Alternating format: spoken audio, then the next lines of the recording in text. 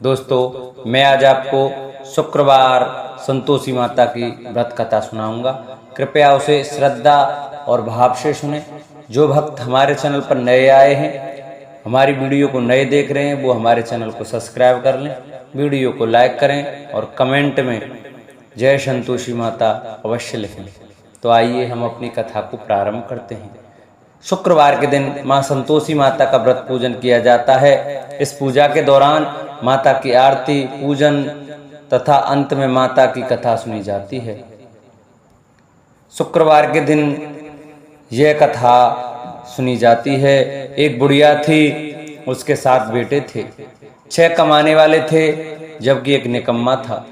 बुढ़िया 6 बेटों की रसोई बनाती, भोजन कराती और उनसे जो झूठन बचती वह 7वें को देती। एक दिन 7वां लड़का बोला, देखो मेरी माँ मुझे कितना प्रेम करती है। तो उसकी पत्नी बोली, क्यों नहीं, सबका झूठा जो तुमको खिलाती है। वह बोला, ऐसा नहीं हो सकता, मैं जब तक आंखों से न देख लूं मान नहीं सकता। बहू अश्कर बोली, देख लोगे तब तो मानोगे। कुछ दिन बाद त्योहार आया। घर में 7 प्रकार के भोजन और चूरमे के लड्डू बने। जब जांचने को सिर दुखने का बहाना कर पतला वस्त्र सिर पर ओढ़े रसोई घर में सो गया, वह कपड़े में से सब देखता रहा। 6 भाई भोजन करने आए। उसने देखा माँ ने उनके लिए सुंदर आसन बिछा, नाना प्रकार की रसोई परोसी और आग्रह करके उन्हें जमाया। वह देखता रहा। 6 भोजन करके उठे तब माँ ने उनकी झूठी थालियों में से लड्डुओं के टुकड़े उठाकर एक लड्डू बनाया। झूठन साफ कर बुढ़िया माँ ने उसे पुकारा, बेटा 6 भाई भोजन कर गए, अब तू ही बाकी है, उठ तू कब खाएगा। वह कहने लगा, माँ मुझे भोजन नहीं करना, मैं अब परदेश जा रहा हूँ। माँ ने कहा, कल जाता है तो आज चला जा। वह बोला, हाँ आज ही जा रहा हूँ। यह कहकर वह घर से निकल गया। साथ में बेटे परदेश जाने की तैयारी करता है और चलते समय पत्नी की याद आ जाती है। वह गौशाला में कंडे थाप रही थी। वहां जाकर बोला, हम जावे परदेश आवेंगे कुछ काल, तुम रहियो संतोष से धर्म अपनो पाल। उसकी पत्नी बोली, जाओ पिया आनंद से, हमारो सो चटाए, राम भरोसे हम रहें, ईश्वर तुम्हें सहाय। 2 निशानी आपनी, देखूं धर्मे धीर, सुध मत हमारी विसारियो, रखियो मन गंभीर। वह बोला, मेरे पास तो कुछ नहीं है, यह अंगूठी है, सो ले और अपनी कुछ निशानी दे दे।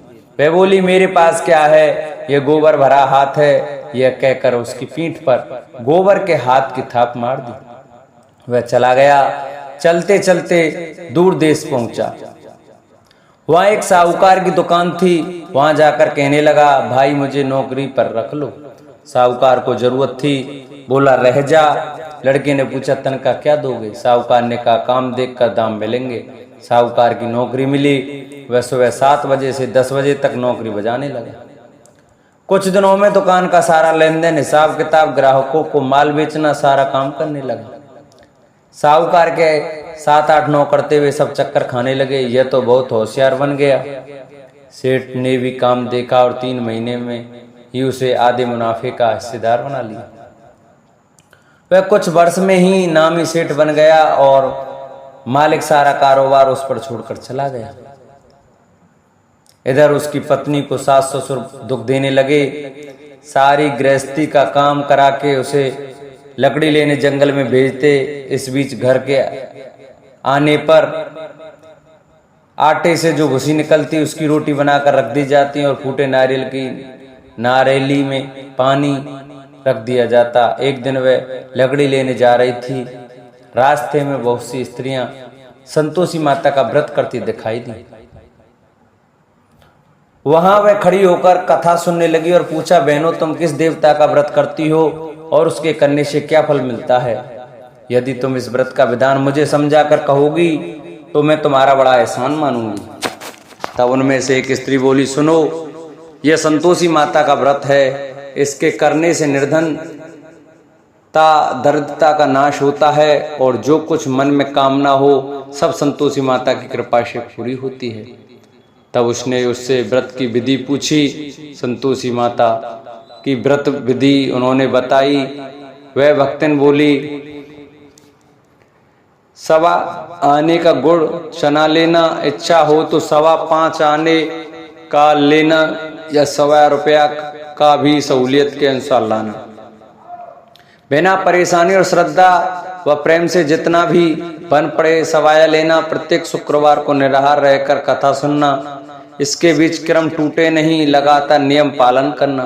सुनने वाला कोई न मिले तो घी का दीपक जला उसके आगे या जल के पात्र को सामने रखकर कथा कहना। जब कार्य सिद्ध ना हो नियम का पालन करना और कार्य सिद्ध हो जाने पर व्रत का उद्यापन करना। 3 मास में माता फल पूरा करती हैं। यदि किसी के ग्रह खोटे भी हों तो भी माता वर्ष भर में कार्य सिद्ध करती हैं। फल सिद्ध होने पर उद्यापन करना चाहिए, बीच में नहीं। उद्यापन में अड़ाई, सेर आटे का खाजा तथा इसी परिणाम से खीर तथा चने का साग करना। 8 लड़कों को भोजन कराना। जहां तक मिले जेठ देवर भाई बंधु के हों, न मिले तो रिश्तेदारों और पास पड़ोसियों को बुलाना, उन्हें भोजन करा, यथाशक्ति दक्षिणा दे, माता का नियम पूरा करना। उस दिन घर में खटाई न खाना। यह सुन बुढ़िया कि वह वहां से चल दी। व्रत का प्रण करना और माता संतोषी का दर्शन देना। रास्ते में लकड़ी के बोझ को बेच दिया और उसने पैसों से गुड़ चना ले माता के व्रत की तैयारी कर आगे चली और सामने मंदिर देखकर पूछने लगी, यह किसका मंदिर है? सब कहने लगे, संतोषी माता का मंदिर है। यह सुनकर माता के मंदिर में जाकर चरणों में लौटने लगी। दीन हो विनती करने लगी, माता मैं निपट ज्ञानी हूँ, व्रत के कुछ भी नियम नहीं जानती, मैं दुखी हूँ। हे माता जगत जननी, मेरा दुख दूर कर, मैं तेरी शरण में हूँ। माता को दया आई। एक शुक्रवार बीता कि दूसरे शुक्रवार को उसके पति का पत्र आया। तीसरे शुक्रवार को उसका भेजा हुआ पैसा आ पहुंचा। यह देख जेठ जेठानी मुंह सिकोड़ने लगे। लड़के ताने देने लगे। काकी के पास पत्र आने लगे, रुपया आने लगा। अब तो काकी की खातिरी बढ़ेगी। बेचारी सरलता से कहती, भैया कागज आवे रुपया आवे, हम सब के लिए अच्छा है। ऐसा कहकर आंखों में आंसू भरकर संतोषी माता के मंदिर में मातेश्वरी के चरणों में गिरकर रोने लगी। माँ मैंने तुमसे पैसा कब मांगा है? मुझे पैसे से क्या काम है? मुझे तो अपने सुहाग से काम है। मैं तो अपने स्वामी के दर्शन मांगती हूँ। तब माता ने प्रसन्न होकर कहा, जा बेटी तेरा स्वामी आएगा। यह सुनकर खुशी से बावली होकर घर में जा काम करने लगी। अब संतोषी माँ विचार करने लगी, इस भोली पुत्री को मैंने कह तो दिया कि तेरा पति आवेगा, लेकिन कैसे? वह तो इसे स्वप्न में भी याद नहीं करता। उसे याद दिलाने को मुझे ही जाना पड़ेगा। इस तरह माताजी उस बुढ़िया के बेटे के पास जा स्वप्न में प्रकट हो कहने लगी, साहूकार के बेटे सो रहा है या जागता है? वह कहने लगा, माता सोता भी नहीं जागता भी नहीं हूँ, कहो क्या आज्ञा है? माँ कहने लगी, तेरे घर बार कुछ है कि नहीं? वह बोला, मेरे पास सब कुछ है, माँ बाप है, बहू है, क्या कमी है? माँ बोली, भोले पुत्र तेरी बहू घोर कष्ट उठा रही है। तेरे माँ बाप उसे परेशानी दे रहे हैं, वह तेरे लिए तरस रही है, तू उसकी सुध ले। वह बोला, हाँ माताजी यहाँ तो मालूम है, परंतु जाऊं तो कैसे? परदेश की बात है, लेन देन का कोई हिसाब नहीं है, कोई जाने का रास्ता नहीं आता, कैसे चले जाऊं? माँ कहने लगी, मेरी बात मान, सवेरे नहा धोकर संतोषी माता का नाम ले, घी का दीपक जला, दंडवत कर, दुकान पर जा बैठ। देखते देखते सारा लेन देन चुक जाएगा, जमा का माल बिक जाएगा, सांझ होते होते धन का भारी ढेर लग जाएगा। अब बूढ़े की बात मानकर वह नहा धोकर संतोषी माता को दंडवत घी का दीपक जला दुकान पर जा बैठा। थोड़ी देर में रुपया देने वाले आने लगे, लेने वाले हिसाब लेने लगे। कोठे में भरे सामान के खरीदार नगद दाम में सौदा करने लगे। शाम तक धन का भारी ढेर लग गया। मन में माता का नाम ले चमत्कार देख प्रसन्न हो घर जाने के वास्ते गहना कपड़ा सामान खरीदने लगा। यहाँ से काम निपट तुरंत घर को रवाना हुआ। उधर उसकी पत्नी जंगल में लकड़ी लेने जाती है। लौटते वक्त माता जी के मंदिर में विश्राम करती है। वह तो उसके प्रतिदिन रुकने का जो स्थान ठहरा, धूल उड़ती देख वह माता से पूछती है, हे माता, यह धूल कैसी उड़ रही है? माता कहती है, हे पुत्री, तेरा पति आ रहा है। अब तू ऐसा कर, लकड़ियों के 3 बोझ बना ले, एक नदी के किनारे रख और दूसरा मेरे मंदिर पर और तीसरा अपने सिर पर। तेरे पति को लकड़ियों का गट्ठा देख मोह पैदा होगा, वह यहाँ रुकेगा, नाश्ता पानी खाकर माँ से मिलने जाएगा।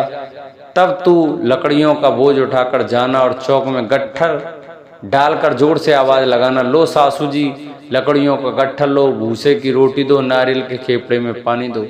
आज मेहमान कौन आया है? माता जी से बहुत अच्छा कहकर वह प्रसन्न मन से लकड़ियों के 3 गट्ठर बनाए, एक नदी के किनारे पर और एक माता जी के मंदिर पर। इतने में मुसाफिर आ पहुंचा। सूखी लकड़ी देख उसकी इच्छा उत्पन्न हुई कि हम यहीं पर विश्राम करें और भोजन बनाकर खा पी कर गाँव जाएं। इसी तरह रुककर भोजन बना, विश्राम करके गांव को गया, सबसे प्रेम से मिला। उसी समय सिर पर लकड़ी का गट्ठर लिए वह उतावली सी आती है। लकड़ियों का भारी बोझ आंगन में डालकर जोर से 3 आवाज देती है, लो सासू जी, लकड़ियों का गट्ठर लो, भूसे की रोटी दो, आज कौन मेहमान आया है? यह सुनकर उसकी सास बाहर आकर अपने दिए हुए कष्टों को भुलाने हेतु कहती है, बहू ऐसा क्यों कहती है? तेरा मालिक ही तो आया है, आ बैठ, मीठा भात खा, भोजन कर, कपड़े गहने पहन। उसकी आवाज सुन उसका पति बाहर आता है, अंगूठी देख व्याकुल हो जाता है। माँ से पूछता है, माँ यह कौन है? माँ बोली, बेटा यह तेरी बहू है, जब से तू गया है तब से सारे गांव में भटकती फिरती है, घर का काम काज कुछ करती नहीं, 4 पहर आकर खा जाती है। वह बोला, ठीक है माँ, मैंने इसे भी देखा और तुम्हें भी, अब दूसरे घर की चाबी दो, उसमें रहूंगा। माँ बोली, ठीक है, तेरी जैसी मर्जी। तब वह दूसरे मकान की 3री मंजिल का कमरा खोल सारा सामान जमाया। एक दिन मैं राजा के महल जैसा ठाटबाट बन गया। अब क्या था, बहू सुख भोगने लगी। इतने में शुक्रवार आया। शुक्रवार व्रत के उद्यापन में कि वह कहने लगी तो को उसके पति ने कहा, मुझे संतोषी माता के व्रत का उद्यापन करना है। पति बोला, खुशी से कर लो। वह उद्यापन की तैयारी करने लगी। जेठानी के लड़कों को भोजन के लिए कहने गई। उन्होंने मंजूर किया, परंतु पीछे से जेठानी ने अपने बच्चों को सिखाया, देखो भोजन के समय खटाई मांगना, जिससे उसका उद्यापन पूरा ना हो। लड़के जिमने आए, खीर खाना पेट भर खाया, परंतु बाद में खाते ही कहने लगे, हमें खटाई दो, खीर खाना हमको नहीं भाता। देखकर अरुचि होती है। वह कहने लगी, भाई खटाई किसी को नहीं दी जाएगी, यह तो संतोषी माता का प्रसाद है।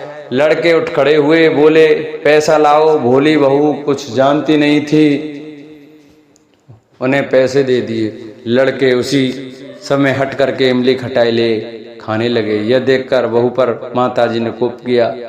राजा के दूत उसके पति को पकड़ ले गए। जेठ जेठानी मन माने वचन कहने लगे, लूट लूट कर धन इकट्ठा कर लाया है, अब सब मालूम पड़ जाएगा जब जेल की मार खाएगा। बहू से यह सहन नहीं हुआ और रोती हुई माता जी के मंदिर गई। कहने लगी, हे माता, तुमने क्या किया? हंसाकर अब भक्तों को रुलाने लगी। माता बोली, बेटी तूने उद्यापन करके मेरा व्रत भंग किया है। वह कहने लगी, माता मैंने कुछ अपराध किया है, मैंने तो भूल से लड़कों को पैसे दे दिए, मुझे क्षमा करो, मैं फिर तुम्हारा उद्यापन करूंगी। माँ बोली, अब भूल मत करना। वह कहती है, अब भूल नहीं होगी, अब बतलाओ वे कैसे आवेंगे। माँ बोली, जा पुत्री, तेरा पति तुझे रास्ते में आता मिलेगा। वह निकली, राह में पति आता मिला। वह पूछी, कहाँ गए थे? वह कहने लगे, इतना धन जो कमाया उसका टैक्स राजा ने मांगा था, वह भरने गया था।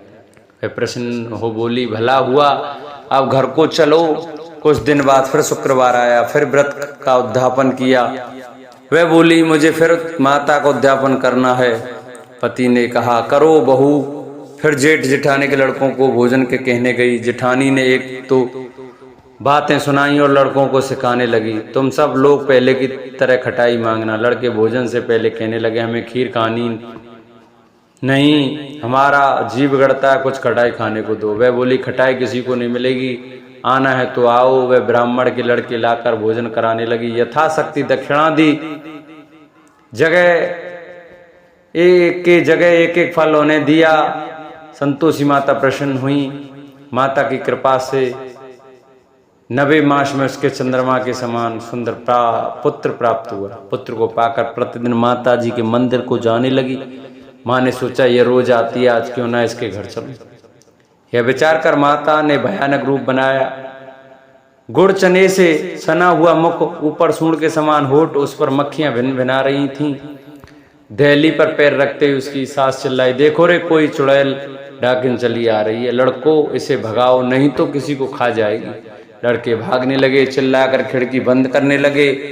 बहू रोशनदान से देख रही थी, प्रसन्नता से पगली बन चिल्लाने लगी, आज मेरी माता जी मेरे घर आई हैं। वह बच्चे को दूध पीने से हटाती है, इतने में सास का क्रोध फट पड़ा।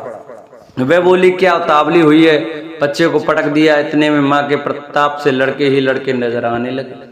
वह बोली, माँ मैं जिसका व्रत करती हूँ यह संतोषी माता है। सब ने माता के चरण पकड़ लिए और विनती कर कहने लगे, हे माता हम मूर्ख हैं, अज्ञानी हैं, तुम्हारे व्रत की विधि हम नहीं जानते, व्रत भंग कर हमने बड़ा अपराध किया है। जगत माता आप हमारा अपराध क्षमा करें। इस प्रकार माता प्रसन्न हुई। बहू को प्रसन्न हो, जैसा फल दिया वैसा माता सबको दें। जो यह कथा सुने उसको सभी मनोरथ पूर्ण हो, और जो यह कथा पढ़े उनके भी सभी मनोरथ पूर्ण हो। बोलो संतोषी माता की जय। जिन भक्तों को हमारी ये वीडियो, हमारी यह कथा अच्छी लगी हो वो हमारी कथा को आगे शेयर करें, चैनल को सब्सक्राइब करें और बेल आइकन घंटा है उसको दबाना ना भूलें, जिससे भी जो वीडियो हम नहीं डालें वो आपके पास पहुंचे और आप हमारी नई नई वीडियो देख सकें, हमारी नई नई कथा सुन सकें। हमारे चैनल को सब्सक्राइब कर वीडियो को लाइक करें और कमेंट में ओम संतोषी माता की जय लिखना न भूलें।